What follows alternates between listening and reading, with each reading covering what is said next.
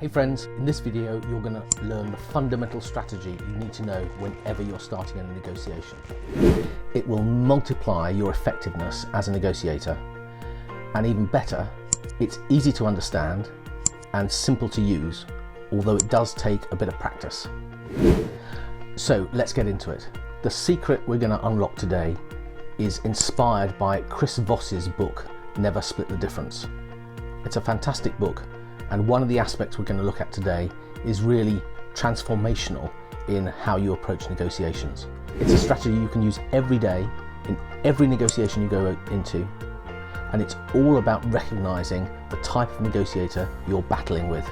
If you know anything about the book Never Split the Difference with Chris Voss, you'll understand that he is a high stakes negotiator. He negotiates for hostage release for the FBI.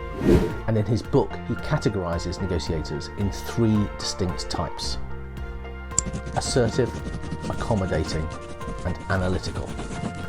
Recognizing these types will help you achieve more effective outcomes in your negotiations. So, how do we recognize what type a negotiator is? Well, you'll soon develop the ability to recognize what type they are in the first few seconds of meeting them, and certainly in the first few seconds of starting a negotiation with them. The first type are assertive negotiators. Assertive negotiators are direct.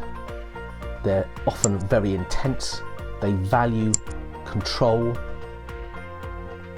They make quick decisions, and they're not afraid to push, normally really hard, for what they want. The next type of negotiator you might come across are accommodating negotiators. Accommodating negotiators value relationship over other things. They're great listeners and often prioritize relationship even over their own interests. And lastly, analytical negotiators. Analytical negotiators thrive on accuracy, on data, on detailed processes. They take time to decide on things, and they value accuracy over speed. So those are the three types you need to be aware of. You'll find that everyone is a mix of probably all three, but normally you find someone is dominant in one of these areas and then tends to go towards one or other of the other two. What do you do with each of these types? So first, let's talk about dealing with assertive negotiators. To deal with assertive negotiators, you need to be confident, you need to be direct, and you need to be succinct. You have to use clear and assertive language, and you have to be prepared to stand your ground and stand up for what your interests are. You also need to be clear with the facts that support your position.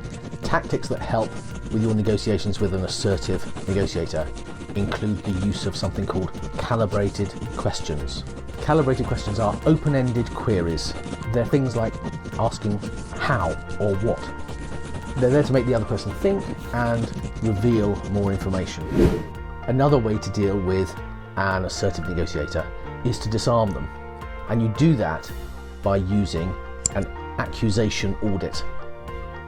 You get out in front of them in terms of what their issues and concerns are. You lay them on the table and you explain them very well.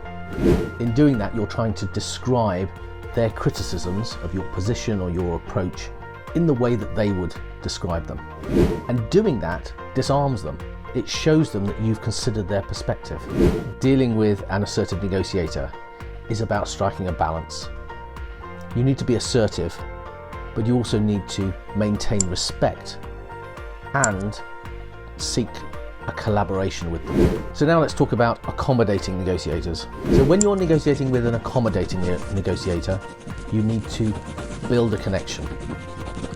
Active listening, really understanding what they're saying, and empathy in what they're saying is very valuable. If they make concessions, acknowledging them and expressing gratitude for them is also incredibly powerful. In his book, Nick Voss talks about using the feel, felt, found technique with these types of negotiators. This is the idea of sharing how others feel, how others have felt, what others have found in similar circumstances. By doing this, you create a sense of shared experience with that other negotiator.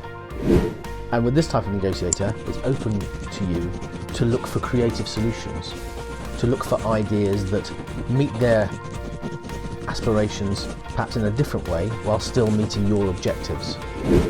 By looking for creative solutions and by jointly working and brainstorming those solutions, you're developing the relationship and respect between the parties. So, the key thing to remember with an accommodating negotiator is to aim for a win-win outcome whilst always trying to nurture the relationship. So the final type of negotiator is an analytical negotiator. With analytical negotiators, you need to realise that the detail is really all that matters to them. The way to deal with them is to provide full data that supports your position. So with analytical negotiators, you need to provide comprehensive data and logical reasoning. In preparing for analytical negotiators, you need to consider the kind of detailed questions they're going to ask you and be prepared to answer them. And you need to answer them thoroughly, and those answers need to be backed up with data and logical reasoning. One tactic you can use with analytical negotiators is the mirroring technique. The mirroring technique is where you repeat back to them the final few words of their last sentence to you. When you repeat it back to them, you need to do that in a questioning tone. By doing this, you're encouraging them to elaborate on their response and provide you with more detailed information. One thing to always remember with an analytical negotiator is to give them plenty of time and space. Don't rush them in their decisions. They need to be able to go away and think about things. So negotiating with analytical types, it's about respecting their process. Always come to them with data, with logical arguments, and allow them time to work those arguments through. So negotiation is both an art and a science. This technique of identifying who you're negotiating with is very, very powerful. Use it right at the start of any negotiations in a conscious way. Identify what's the main characteristic of this negotiator, how do they like to negotiate, and adapt your negotiations to them. And one final thing to think about when you're negotiating is to identify what type of negotiator you are. By identifying the type of negotiator you yourself are, you can look for your areas of weakness in negotiation, and you can also look at your hot buttons, the areas that people can exploit when they're negotiating with you, and the tactics they can use with you, so you can recognise them. But also, and probably more importantly, is that you can understand how best you fit with other negotiators and how best you can ensure that you meet their needs when you're negotiating with them. I hope you found this video useful. Over here is the next one, and I hope to see you again.